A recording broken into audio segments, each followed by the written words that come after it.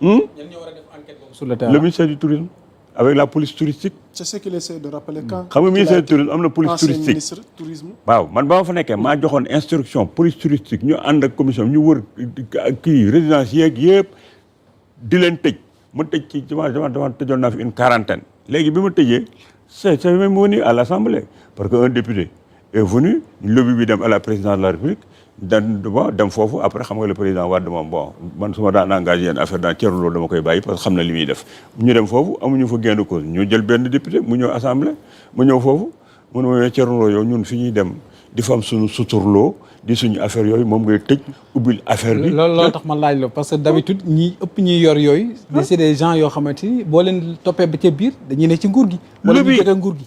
un lobby intense est allé jusqu'au palais.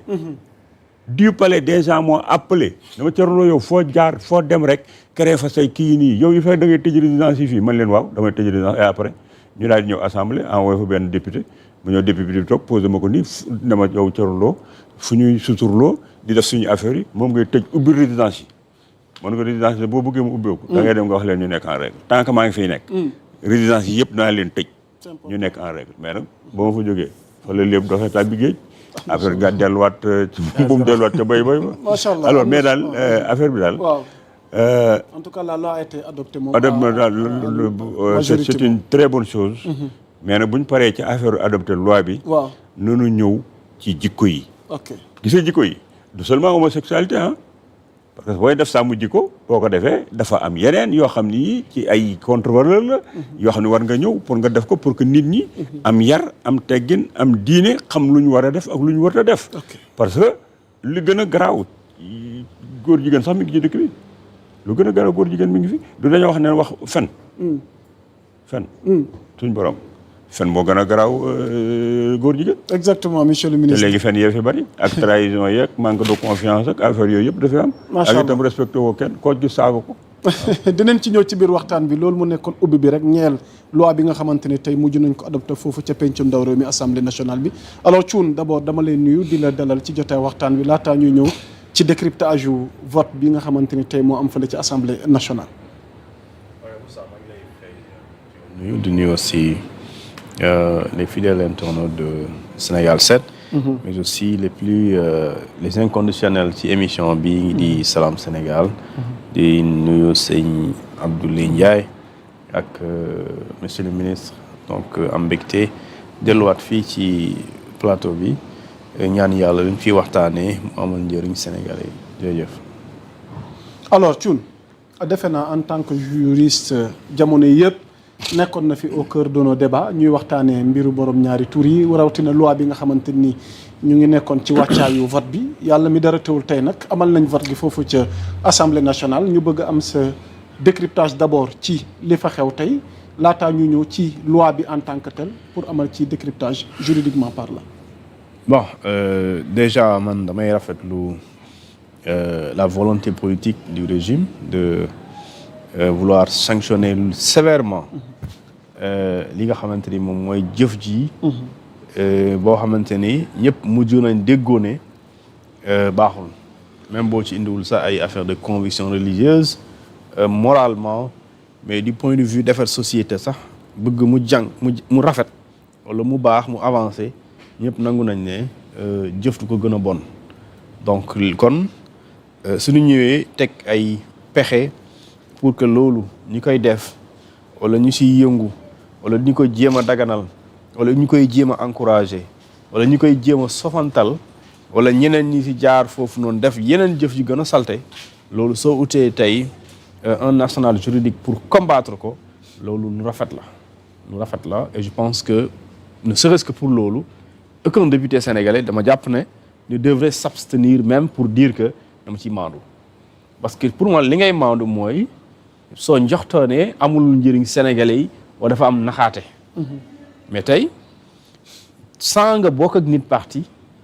je pense que un bon sénégalais wala un bon être humain boo xamante il est lucide dafa war a dem ànd ci xeex mbirum góor jigéen c'est-à-dire bu fekkee ne jiitaloo sa intérêt bopp laa wax da nga war a xeex mbirum góor jigéen parce que baaxul te yow boo ko xeexul tu ne rêves jamais je dis jamais tu ne vas jamais rêver sénégalais je dis bien kenn du rêvé naan yàlla naa am doom yàlla naa am góor jigéen yàlla naa am doom bu doon góor jigéen dama ne les plus grands milliardaires de ce monde là seen doom yi dañoo décider am orientation sexuelle ñu abandonné leen je te parle de Elon Musk femme doom bu góor mu décider doon jigéen mu bokk et son père ci ñu ëpp xaalis ci àdduna bi ci la bokk. Elon Musk ñëpp xam nañ ko. pas que ñu ëpp xaalis. donc c'est l'homme le plus riche. waaw léegi kon jeex na kon pour dire que ñii ñenn ñi sax nga xamante ne yow xam nga ne kenn du wax maa la gën waaye yàlla bind na ko bu yàgg ku gën si yéen ñeneen ñi bugguñu moom ñu bañ ko yaa nga nekk di sikki sàkk est-ce que dama ciy voté dama ciy ànd dama ne ñëpp ci war a ànd pour xeex mbirum góor jigéen yaa xam koo doon boo ci àndul c'est ton problème mais da nga ko war a xeex ci réewum Sénégal fii nii. non mais am nañu ko lànk Thierno Alassane Sall nee na. waaw loi bi loi tàppale la ay dóor la. Abdou Mbow it waxi noppi léegi waxal ci ñaari cas yooyu. léegi waaw loi mënul nekk tappale. une loi a une portée générale. non loolu waxi Thierno Alassane Sall. xam nga da ngay wax léegi ne ñëpp dañ ci war a ànd. waaw li mu il y a eu aujourd'hui des députés. waaw foofu ca hémicycle ba. waaw ñoom ils ont décidé à ce que ñu boycotter loi bi bañ ko voter. mais la loi est-ce que dañ koy voter pour waa Thiès wala waa Saint-Louis wala dañ koy voter pour waa Pastef wala waa APR. La loi a une portée générale et impersonnelle. On la vote contre tout le monde. Contre tout le monde. Même ceux-là ñi ñëw ñu dëkk fi parmi nous. soo ko defee dañ koy voter contre yow. même ñi nga xamante ni ñoo nekk mayaat ma loolu. même ñi nga xamante ni c'est des Sénégalais. je dis bien nekk bitim réew. ci réew yooyu ñu nekk bu dee dañ koy xeex foofu boo ñëwee fi dañ lay daan.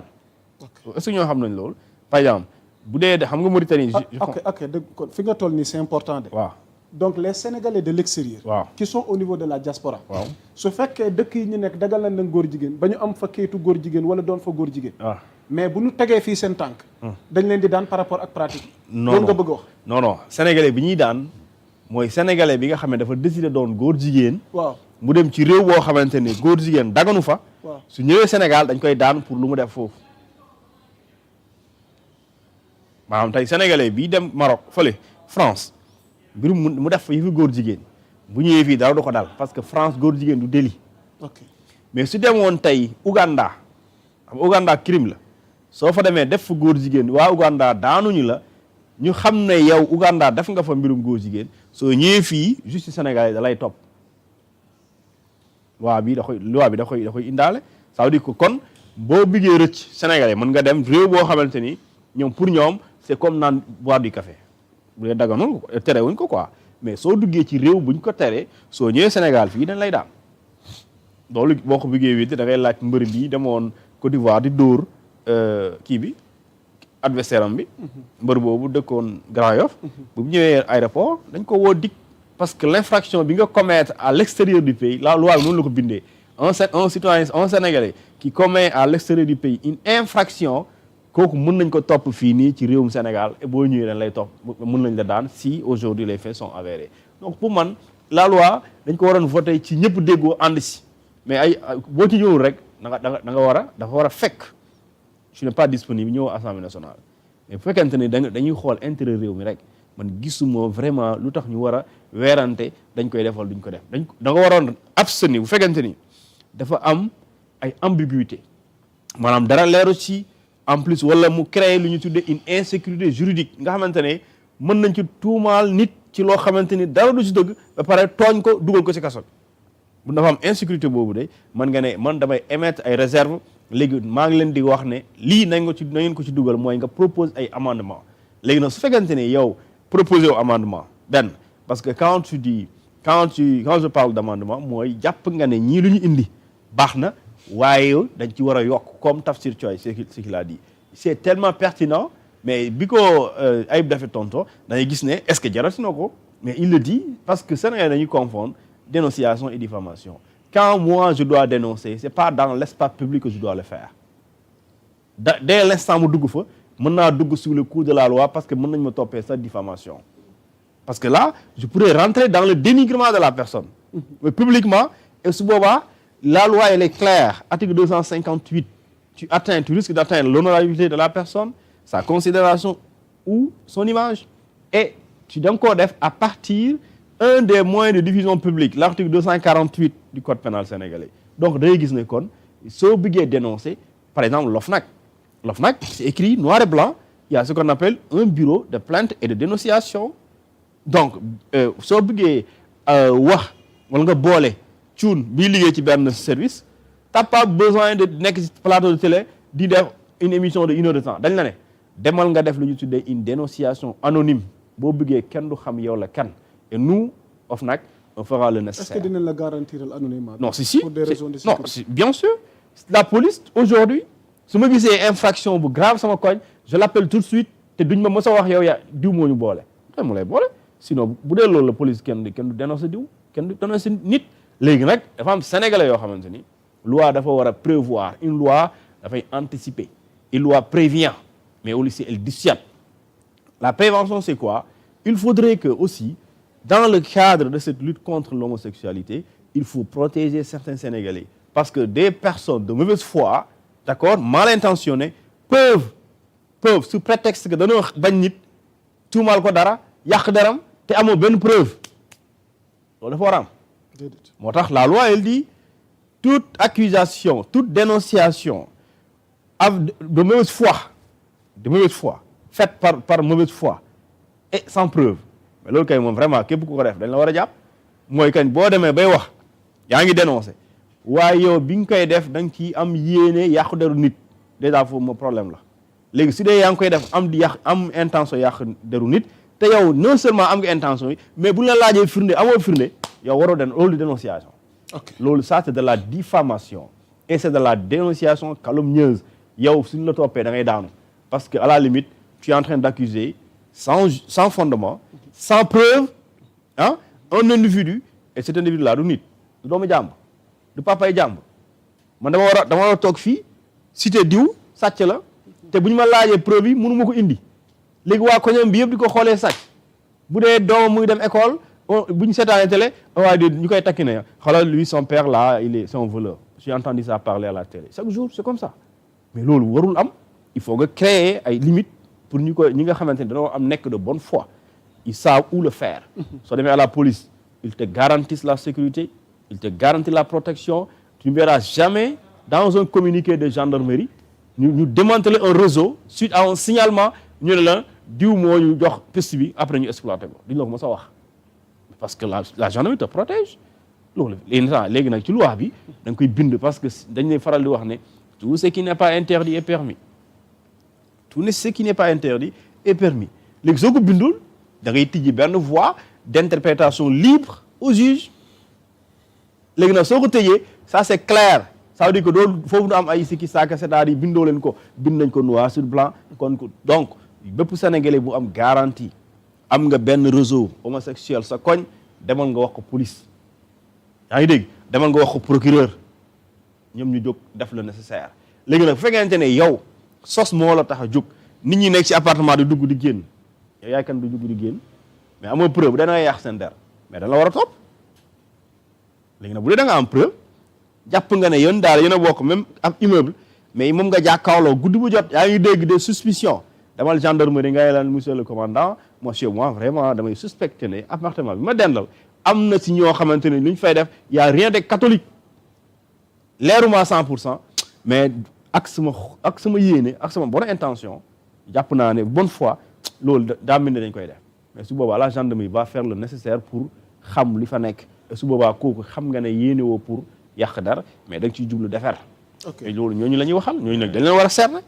boo bàyyi ku ne di def lu ko neex aussi. dafa am lay nekk si réew mi pareguma ci yow de waaw ma déglu monsieur le ministre bu dee dafa am lu ci bëgg li ma bëggoon dolli ci biir affaire bi c'est-à-dire que gis nga mais yow dama bëgg yow nga revenir ci ñaari député yi nga xamante ni ñoom ils ont voté non jàpp ne loi bi dóor da ci am tàppale da ci am kii di Thierno Alassane gën cee fës ak kii di Abdou Mbow. xam nga loolu ay député bu ñu nekkee assemblée nationale. waaw dañoo am seen ay liberté de voter ou de ne pas voter ou de s'abstenir. loi bu mel nii buy. dama ne quelle que soit la loi. waaw le député am na droit abstenir am na droit voter am na droit bañ a voter. ok kooku du ma ci discuter. il faut dire aussi dans le cadre des analyses là. ñuy respecter aussi les libertés des gens. ok waaw tu ne peux pas être là tu n'es pas un parlementaire. le député qui est élu mu ñoom ñu jox ko benn loi mu xool ko ba pare def ko fii nga bëgg ko imposer pour que mu war a def yow li nga bëgg. mooy voter parce que je veux que ñoom voter nañ